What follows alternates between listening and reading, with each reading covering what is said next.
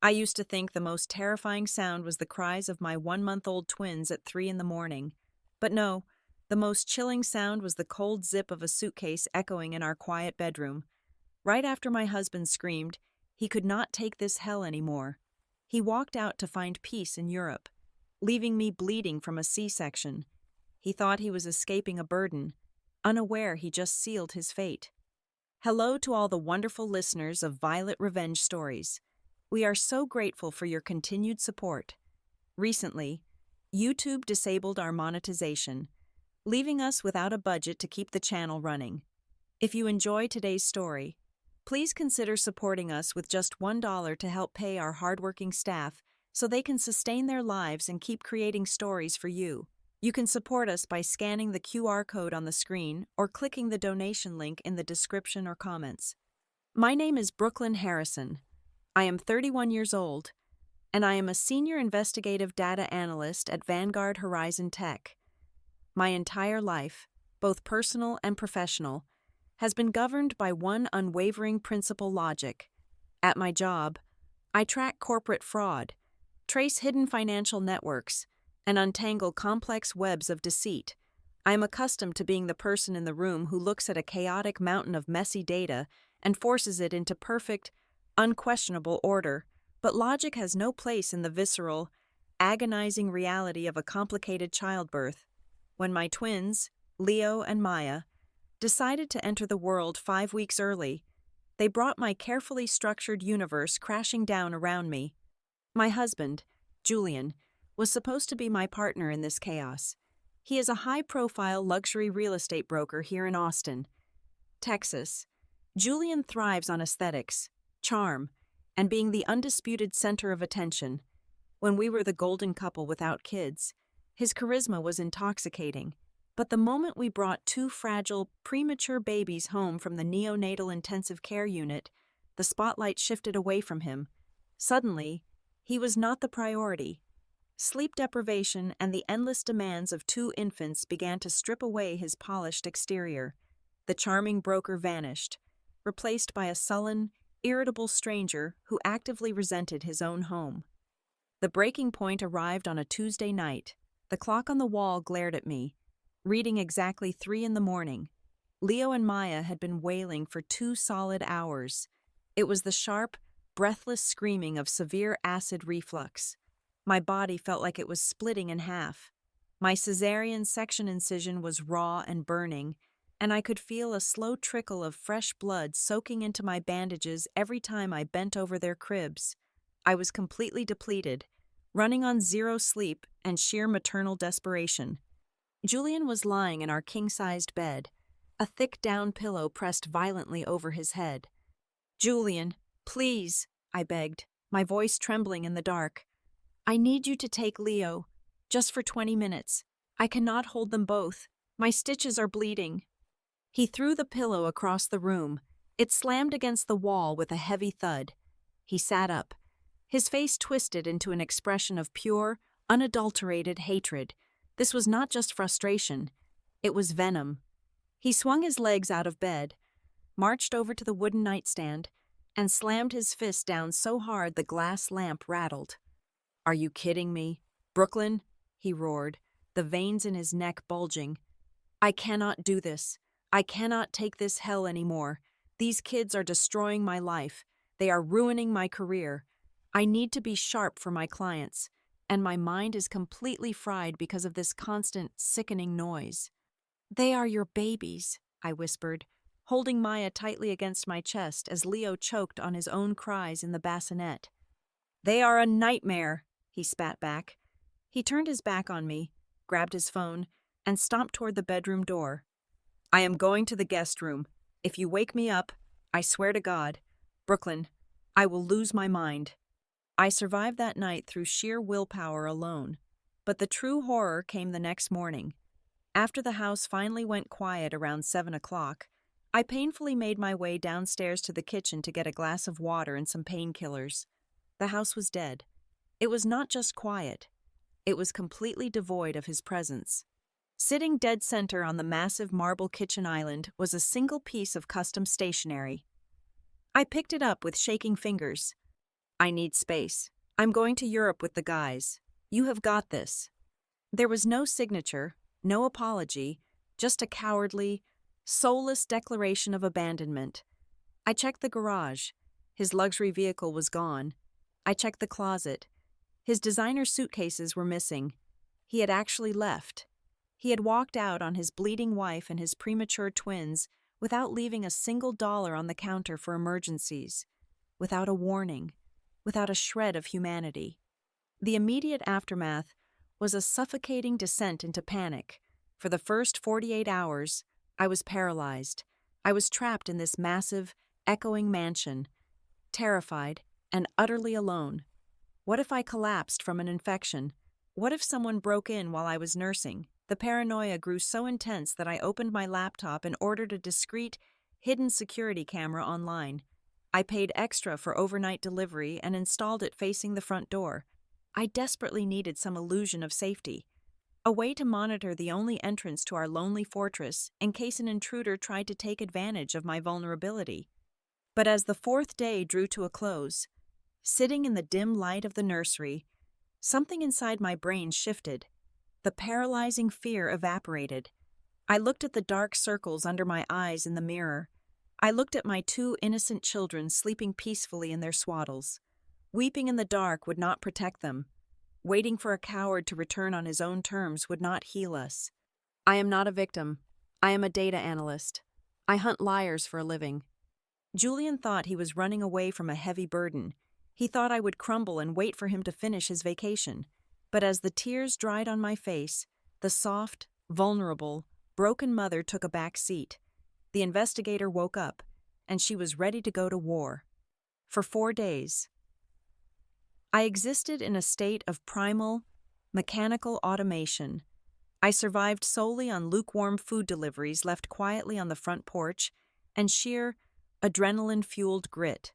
Every ounce of my energy was poured into keeping 2 fragile infants alive, nursing them, rocking them, and ignoring the burning pain radiating from my healing abdomen. By the time Friday evening finally arrived, the house fell into a rare, breathless hush. The twins were asleep at the exact same time. The frantic beating of my heart, which had been hammering against my ribs since the moment Julian walked out, began to steady. It settled into a cold, rhythmic, and heavy thud. I sat down at the massive oak dining room table, wiped a smear of baby formula from my wrist, and flipped open my work laptop. My fingers hovered over the sleek black keyboard. Professional curiosity, a highly trained muscle I flexed every single day at Vanguard Horizon Tech, twitched to life. Julian was a man who obsessed over his outward appearance, his tailored suits, and his perfectly styled hair. But he was incredibly arrogant and careless when it came to digital security. He relied heavily on his natural charm, assuming the world would simply overlook his messy tracks. He thought I was too broken, too exhausted to look. He was wrong. I logged directly into our home wireless network router, using the administrative tracing tools I routinely employed to track down corporate data leaks and fraudulent financial networks. I bypassed his basic user controls. I pulled the domain name system logs and extracted the cache of his local internet protocol address from the exact week leading up to his sudden, dramatic departure. The code scrolled rapidly across my screen, a cascade of numbers and letters that told a story far more honest than any words he had ever spoken. He said he was going to Europe with his friends. He said he needed space to clear his head. The raw data told a drastically different, sickeningly clear story. I sifted through the fragmented packet data and successfully recovered cached email receipts from a highly exclusive, invite-only luxury travel agency. There were no friends. There was no boys' trip. There were exactly 2 first-class tickets. The destination was not some rugged retreat for an overwhelmed father. It was Monaco, and his registered travel companion was Victoria Sterling. Victoria Sterling was a billionaire heiress, a constant fixture in international socialite magazines, and most crucially, the absolute most lucrative client Julian had ever landed for his real estate brokerage firm. She was the woman he had spent the last 6 months constantly whining and dining, supposedly to secure a massive commercial property deal right in the heart of downtown Austin. the late-night meetings, the sudden weekend business trips, the secretive phone calls he took in the garage. The puzzle pieces snapped together with a violent, undeniable clarity. A sharp metallic taste flooded my mouth. If my husband was flying first class to Monaco with a billionaire heiress, he was spending a massive amount of money. Money we absolutely did not have in our standard joint checking account. I cracked his flimsy secondary passwords, which he arrogantly set as his own birth year, and dove straight into our secure financial portals. I checked our emergency family savings account first. The balance glowed on the screen, $0. My stomach dropped out from under me. I frantically clicked over to the newly established high-yield education trust funds. These were the accounts I had meticulously set up for Leo and Maya just 2 weeks before they were born, carefully transferring my own annual corporate bonuses to ensure their future was secure. The balance loaded. $0. He had drained every single cent. He had liquidated the entire safety net meant to protect his premature children. Where did the money go? My vision narrowed. The investigator in me completely took over. I ran a deep trace on the outgoing wire transfers initiated from our primary bank. The routing numbers matched a high-end luxury retail corporation. I cross-referenced the transaction identification numbers with his intercepted email cache and easily found the digital invoice. It was from Cartier. The total amount billed was exactly $70,000. He had stolen his own children's college education and our emergency safety net to purchase a custom-designed, flawless diamond necklace. It was a dazzling parting gift to secure his place beside his wealthy mistress. The absolute truth hit me with the destructive force of a freight train, but surprisingly, it did not shatter me. Instead, it clarified everything in my reality. His explosive, terrifying rage the other night, his supposed mental breakdown over the crying babies, the dramatic exit where he claimed we were ruining his life. Absolutely none of it was real. He was not a broken, sleep-deprived father pushed to the psychological brink. He was a calculated, greedy opportunist. The acid reflux, the sleepless nights, and the stress of the newborn twins were merely the perfect, highly convenient excuse he needed. It was his theatrical justification to abandon his family, completely siphon our marital assets, and jet off to pursue a life of opulent luxury without looking like the villain. The old Brooklyn, the woman who existed just 1 week ago, would have picked up the phone. She would have called him, screaming into the receiver, demanding answers, sobbing uncontrollably while he ignored her calls from the deck of a private yacht in the Mediterranean Sea. But that vulnerable woman died the exact moment I laid eyes on that $70,000 Cartier invoice. I did not shed a single tear. I did not reach for my smartphone. Instead, I stood up, walked into my home office, and retrieved a military-grade, heavily encrypted external hard drive from my fireproof safe. With cold, surgical precision, I began to harvest his digital life. I downloaded the flight itineraries to Monaco. I captured high-resolution screenshots of the wire transfer confirmations. I saved the Cartier receipt. I dug even deeper into his deleted messaging applications, running a recovery script that pulled up hidden chat logs detailing his luxury hotel reservations and their romantic, sickening rendezvous plans. I locked down the router access history completely, erasing my own footprints so he would have absolutely no idea I had breached his digital fortress. I backed up every single file, every damning byte of data, into my impenetrable digital vault. The computer monitor cast a harsh, artificial blue glow across the dark. Silent dining room.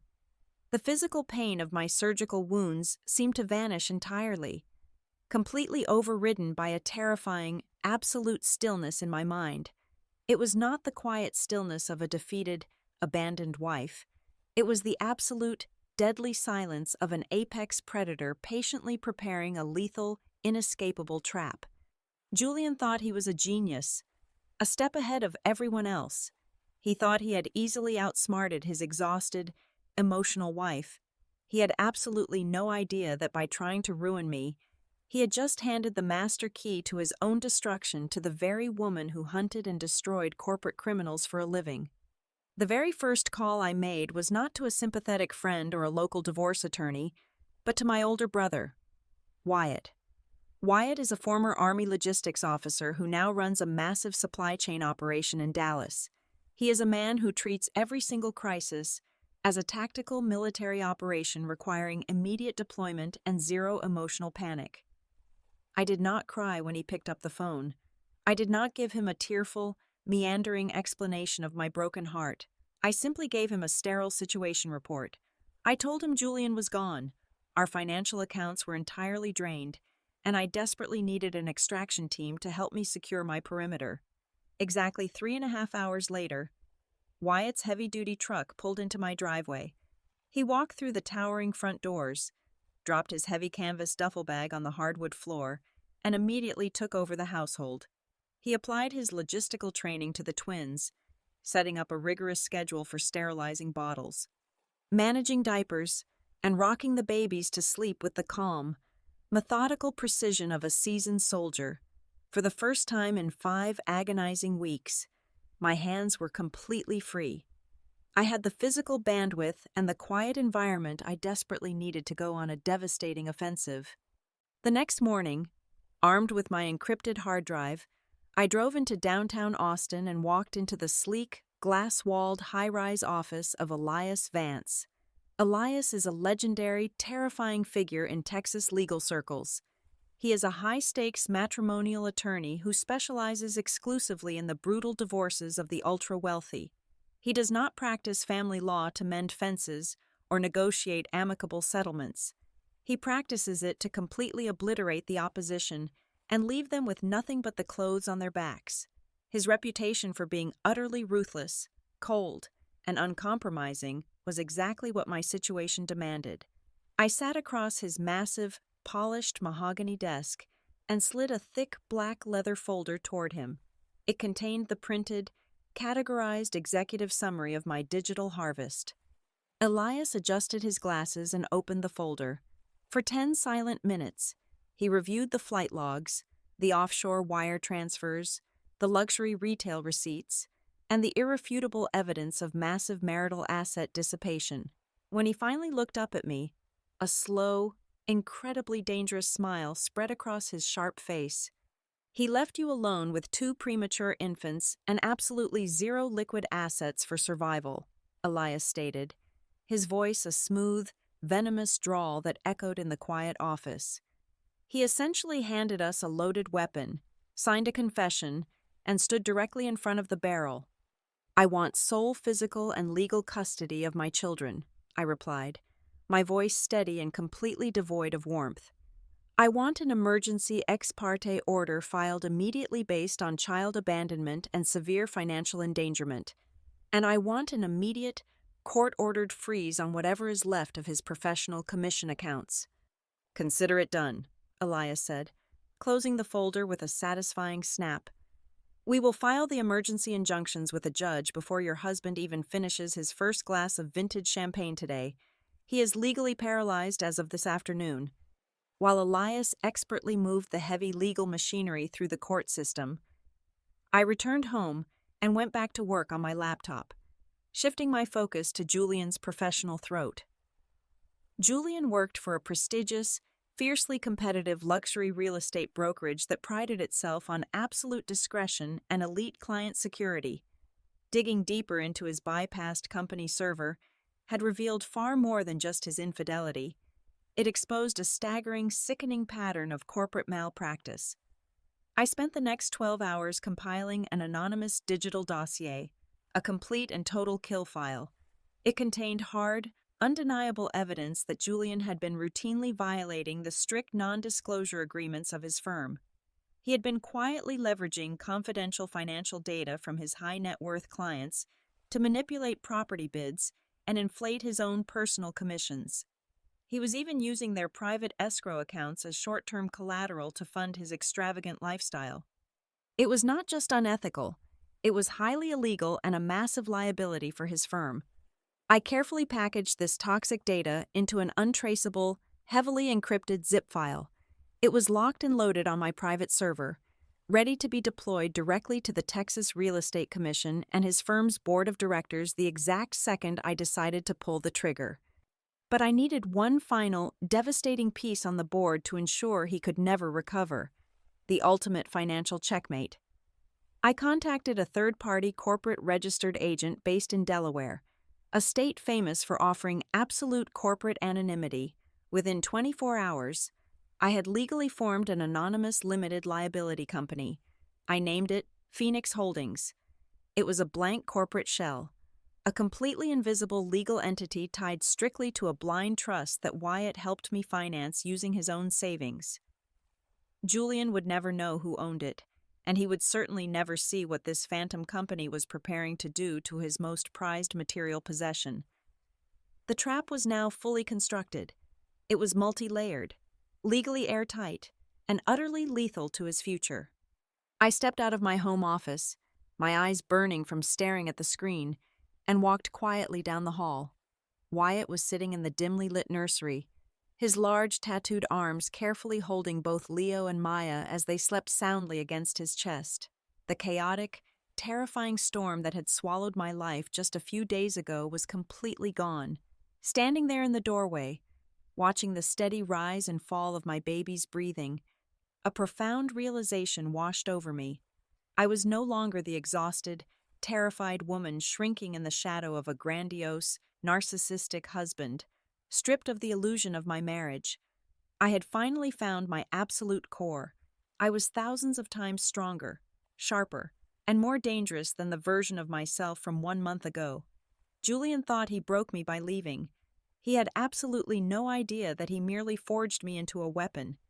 Elias Vance had legally assured me I had every right to remain in our multi-million-dollar estate. Make him be the one to knock on a locked door. Brooklyn, Elias had advised over the phone, his voice dripping with legal confidence. But Elias, despite his brilliance in the courtroom, fundamentally misunderstood my true objective. Staying in that house meant I would be permanently surrounded by the suffocating ghosts of a dead marriage. I would be sleeping in the bed where he abandoned me, walking on the floors he paced when he claimed his children were ruining his life. More importantly, leaving the house intact would give Julian a soft, comfortable place to land when his European fantasy inevitably crashed. I absolutely did not want him to return to a home. I wanted him to return to a sterile, echoing mausoleum that perfectly reflected the absolute emptiness of his own character. I wanted to execute a total extraction of the soul of the house. I gave my brother, Wyatt, a strict timeline of exactly 48 hours to complete the mission. As a former military logistics officer, Wyatt did not ask questions. He simply executed the plan. By dawn the next day, a fleet of 3 massive, heavy-duty moving trucks idled in our circular driveway. Manned by a highly professional crew, Wyatt had personally vetted and paid entirely in cash to ensure their absolute silence. I stood in the center of the grand foyer with a clipboard in hand, directing the erasure of our shared life with cold, methodical precision. Every single object that held warmth, every piece of furniture that carried a memory or a heartbeat, was systematically dismantled, wrapped, and carried out the front door. We took the plush, oversized sectional sofa in the living room that we had spent weeks choosing together. We rolled up the thick, hand-woven Persian rugs that used to warm the cold hardwood floors of the hallways. We stripped the walls completely bare, unhooking every framed photograph of our wedding, every piece of colorful abstract art, and every decorative mirror that had ever reflected us as a family. With every passing hour, the house rapidly lost its voice, its familiar scent, and its very identity. The rooms transformed into massive, hollow echo chambers. However, the true brilliance and the profound cruelty of this extraction lay entirely in what I deliberately chose to leave behind. I explicitly ordered the moving crew to completely bypass Julian's personal territories. His custom-built, climate-controlled mahogany wine cabinet in the formal dining room remained untouched, perfectly stocked with his rows of expensive vintage bottles. His sprawling walk-in closet was completely undisturbed, with dozens of impeccably tailored Italian suits, silk ties, and handmade leather shoes hanging in absolute, dead silence. On his polished dressing table, His velvet display cases sat wide open, proudly showcasing his meticulously curated, highly valuable collection of luxury watches. I left all of his possessions exactly as he had arranged them before he walked out. The visual contrast was physically jarring and deeply symbolic. Stripped of the warmth of my belongings, stripped of the children's innocent laughter, and stripped of all our shared comfort. The house was now nothing more than a hollow, superficial shell housing his expensive, inanimate objects. It was the perfect physical manifestation of the man himself. Wealthy on the outside, utterly devoid of life on the inside. The final, and unquestionably the most crucial phase of the operation took place upstairs in what used to be the twins' nursery. The movers had already packed up the wooden cribs, the comfortable rocking chair, the changing table, and every tiny, soft, stuffed animal. The room was now a vast, echoing void of pale yellow walls and bare wooden floors. The old version of Brooklyn would have left a tear-stained, furious, multi-page letter on the floor, pouring out her agony, demanding answers, and begging for a logical explanation. The new Brooklyn did not leave a single handwritten word.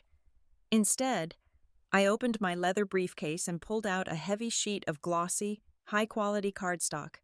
Printed precisely in the dead center of the crisp white page was a single, flawless, sharply defined black square. A quick response code. It was a digital barcode I had custom-generated on my highly secure, encrypted server. I walked over to the primary wall, the exact spot where Leo and Maya's cribs used to sit, and applied heavy-duty adhesive to the back of the cardstock.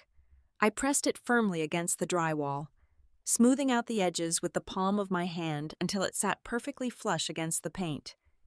It was the only object left in the entire room, a small, cryptic black and white square dominating the massive, empty space. It carried absolutely no emotion, no vulnerability, and zero mercy. It was just a cold, silent, digital doorway waiting to be opened. By the time the sun set on the second day, the extraction was complete, and we were entirely gone. Wyatt drove me and the twins across town to a high-security, ultra-luxury penthouse apartment he had secured through one of his wealthy corporate contacts. The building required biometric keycard access for the private elevators and featured a 24-hour armed concierge desk in the lobby. The moment I walked through the heavy double doors and saw Leo and Maya safely settled in their new, temporary nursery, I pulled out my smartphone. I opened my carrier settings and permanently blocked Julian's phone number, his private email addresses, and all of his social media profiles. I systematically severed every single direct line of communication. He no longer had a desperate wife to text, manipulate, or gaslight. From this second forward, he was shouting into a black void. Before locking the front door of the Austin mansion for the very last time, I had made one final, critical adjustment to the property.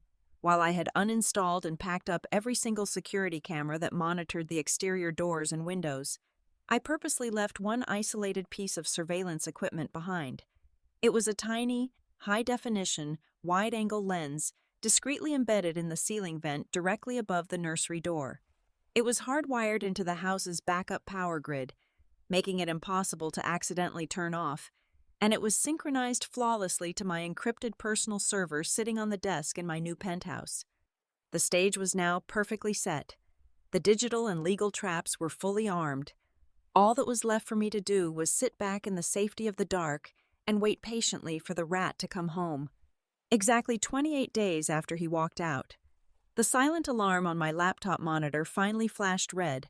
I was sitting comfortably at the sleek glass desk in my secure penthouse, a hot cup of black coffee resting quietly next to my keyboard. The high-definition video feed from the single surveillance camera hidden securely inside the nursery ceiling vent snapped to life.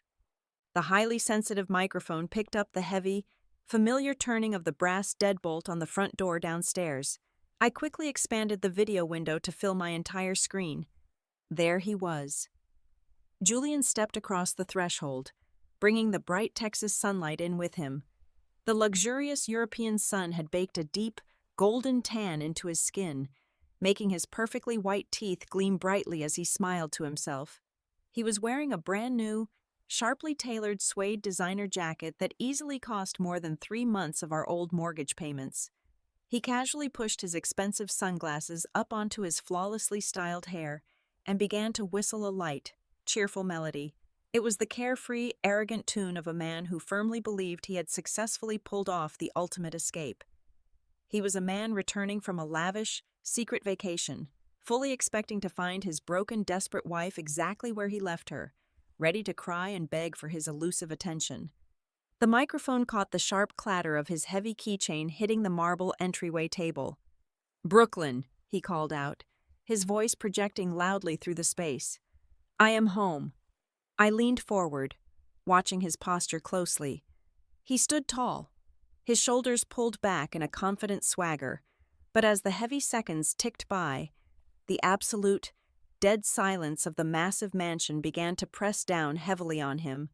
There was no sound of crying infants. There was no smell of a warm dinner.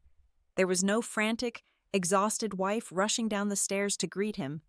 He took 3 bold steps forward into the main living area. The audio feed captured the exact microsecond his brain registered the impossible reality. His cheerful whistling abruptly died in his throat. He stopped completely dead in his tracks. The camera angle from the second floor could not show me the living room downstairs, but I knew exactly what he was staring at. He was looking at a massive, echoing void where our oversized sectional sofa used to be.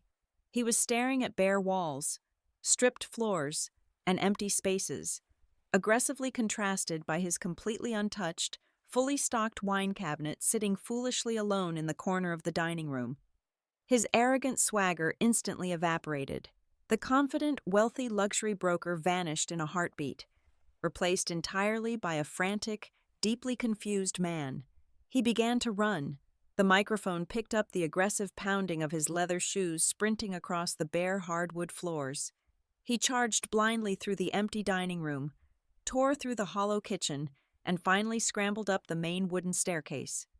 He burst violently through the nursery door. The wide-angle lens directly above him captured his entire body as he stumbled into the dead center of the pale yellow room. He spun around wildly, his chest heaving up and down, his eyes darting frantically across the vast empty space where Leo and Maya's wooden cribs had once stood. There was absolutely nothing left. Not a single soft blanket, not a dropped plastic pacifier, not a shred of physical evidence that his family had ever existed within those 4 walls. Then he finally saw it. Julian froze completely solid, his wide eyes locked onto the absolute center of the primary wall.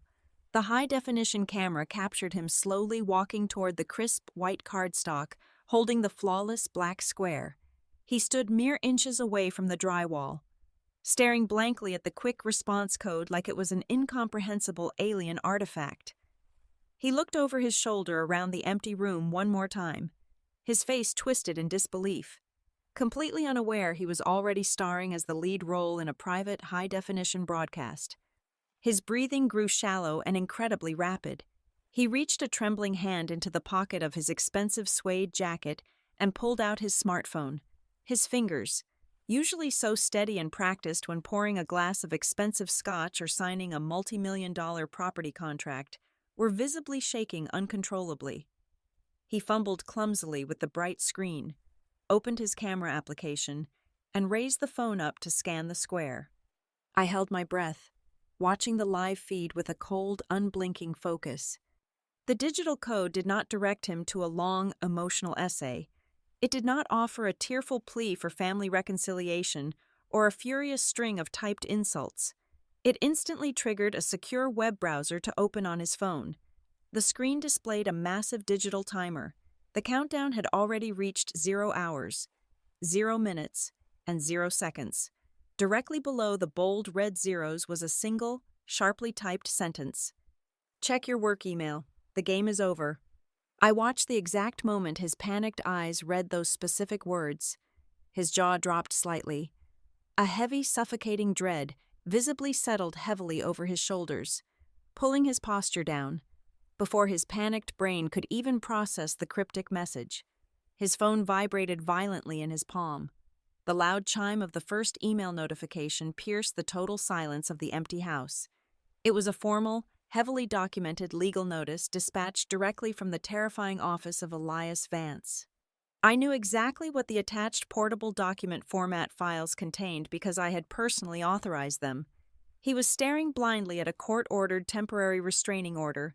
He was reading a judge-mandated emergency legal injunction that completely froze every single personal and joint bank account tied to his Social Security number. He was staring at an ironclad legal declaration granting me absolute sole physical and legal custody of the twins. He swiped frantically at his glowing screen, his face rapidly draining of all its fresh Mediterranean color, turning a sickening, pale shade of gray. But before he could even comprehend the total legal destruction of his personal life, a second email notification crashed loudly into his inbox. It was an automated, high-priority security alert dispatched from the corporate human resources department of his luxury real estate brokerage. The text was short, clinical, and completely devastating. Your professional account access has been permanently suspended. You are strictly forbidden from contacting any firm clients. Please report directly to the Executive Board of Directors at exactly 8 in the morning tomorrow to provide an immediate explanation regarding severe allegations of corporate financial fraud. The heavy steel trap had snapped completely shut. Every single possible exit was entirely sealed. Julian let out a sharp, choked gasp that sounded exactly like a dying animal. The air completely abandoned his lungs. His knees violently buckled beneath his own weight. He collapsed straight down onto the cold, bare wooden floorboards of the empty nursery. His grip failed, and he dropped his expensive smartphone. It hit the floor with a loud, pathetic clack, skidding inches away from him. He crossed his arms tightly over his chest, then violently grabbed his carefully styled hair with both hands, pulling at the roots as he curled forward into a tight, violently trembling ball of absolute defeat.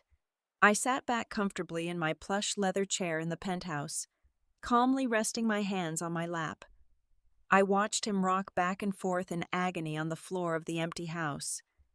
It had taken him exactly 4 minutes and 45 seconds from the moment he confidently turned the front door key to lose absolutely everything he valued in this entire world: his hidden wealth, his prestigious career, his carefully crafted reputation, and his arrogant pride had all been entirely incinerated. The highly anticipated homecoming was completely over, and the devastation was absolute perfection. Exactly 3 days after that pathetic display on the empty nursery floor, we convened in a highly secured family court chamber in downtown Austin. The man who walked through the heavy wooden double doors was completely unrecognizable from the confident, golden luxury broker I used to know. Julian looked utterly destroyed. He was emaciated. His skin had lost its expensive tan, and his previously immaculate designer suit hung loosely over his slumped shoulders. His eyes were deeply sunken, darting nervously around the room, betraying a man who had not slept a single minute since his entire reality violently collapsed. He was sitting at the defense table entirely alone. Victoria Sterling, the billionaire heiress he had thrown his entire family away to impress, had dropped him the exact second his assets were frozen. The ultra-wealthy absolutely despise public legal scandals, especially ones involving allegations of corporate fraud and stolen child education funds. The moment she received wind of his impending criminal investigation, she blocked his phone number, canceled their upcoming social engagements, and her corporate legal team issued a swift, public statement officially severing all business ties with his brokerage firm. He was financially and socially radioactive, discarded like a cheap piece of trash by the very woman he thought would elevate him.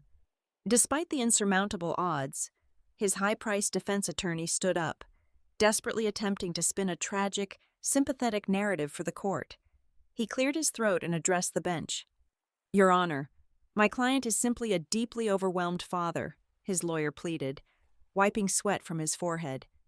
He suffered a severe, acute psychological break due to extreme postpartum stress and sleep deprivation. He absolutely did not abandon his family. He took a necessary medical vacation to protect his own mental health so he could return as a better provider. We respectfully ask for the court's compassion and request joint custody. Elias Vance, sitting calmly beside me, did not even verbally object. He simply stood up, adjusted his immaculate silk tie, and connected his encrypted tablet to the massive overhead digital projector in the center of the courtroom. "Your Honor," Elias stated, his voice ringing with absolute, terrifying authority. A medical vacation usually involves a licensed psychiatric professional. It typically does not involve flying first class with a billionaire heiress, nor does it involve purchasing a $70,000 diamond necklace using stolen newborn education funds. The massive screen illuminated the dark courtroom, casting a harsh, unforgiving light directly onto Julian's pale face. I sat perfectly still, watching him physically flinch as Elias systematically displayed the undeniable, high-definition digital truth. First, the first-class flight manifest to Monaco appeared, highlighting Victoria Sterling as his travel companion. Next, the highly romantic luxury hotel reservations flashed across the screen. Finally, Elias delivered the absolute fatal blow: the side-by-side digital timestamps. The court saw the exact minute Julian liquidated his premature twins' trust funds, followed immediately by the Cartier wire transfer clearing just 1 hour later.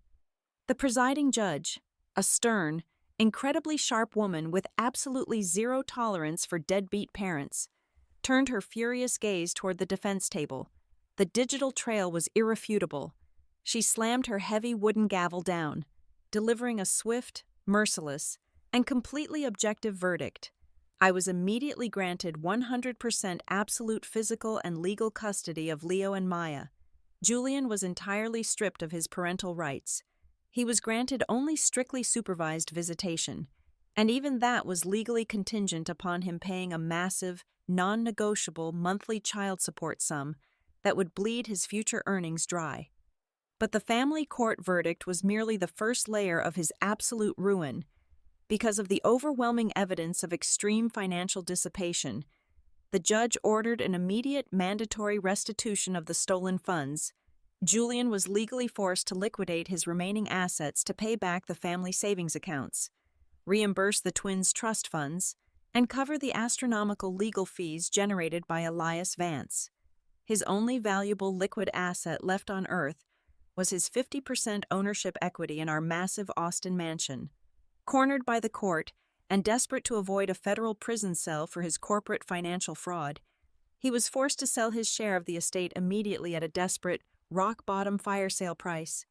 This is exactly where my final, silent trap closed tightly around his neck. A faceless, anonymous corporate entity named Phoenix Holdings swooped in and legally purchased his half of the estate for pennies on the dollar. He eagerly signed the transfer deeds, completely unaware of who held the pen on the other side of the contract. He had absolutely no idea that Phoenix Holdings was entirely owned, funded, and operated by me. I legally bought my own house back, completely erasing his name from the deed forever, using the exact same anonymous corporate structures he had routinely used to exploit his real estate clients. The professional fallout outside the courtroom was swift and completely destructive. The Texas Real Estate Commission reviewed my anonymous dossier and permanently revoked his professional brokerage license. He was thoroughly blacklisted from the elite Austin social circles, publicly ostracized as the greedy coward who stole money from his own premature babies to buy jewelry for a mistress. Stripped of his high-income career, his flawless reputation, and his wealthy safety net, he was forced to pack his remaining designer suits into a cramped, depressing one-bedroom apartment on the loud industrial outskirts of the city. He now lives entirely alone, drowning under a mountain of insurmountable debt, carrying the heavy, inescapable label of a total failure. As for me, I am sitting comfortably in the bright, sunlit home office of our secure penthouse. I take a slow, satisfying sip of my warm black coffee. Across the room, Leo and Maya are doing beautifully. They are no longer fragile. They are healthy, laughing, and rolling happily on a thick, soft play rug. The chaotic nightmare of the past few months feels like a distant, completely irrelevant lifetime ago. I turn my attention back to my glowing computer monitor. Right in the center of the digital desktop sits a single, isolated folder simply labeled with the name Julian. I do not feel any anger anymore. I do not feel any lingering sadness. I feel nothing but absolute, empowering, and liberating peace. I calmly move my computer mouse, click on the folder, and drag it directly into the computer trash bin. Without a single second of hesitation, I click the button that says Empty Trash. The digital tearing sound echoes softly in the quiet room. He is completely, perfectly, and permanently deleted from my life forever. Thank you so very much to all the wonderful listeners of Violet Revenge Stories for tuning in to today's journey. We would love to know where you are listening from, so please share your city or country in the comments below. If you found today's story engaging and empowering, please consider helping us keep this channel alive by donating just $1 through scanning the QR code on your screen, or by clicking the donation link in the description or the pinned comment. You provide the essential budget we need to pay our hardworking staff so they can support their families and continue bringing you high-quality, thrilling stories. Your generosity means the absolute world to us.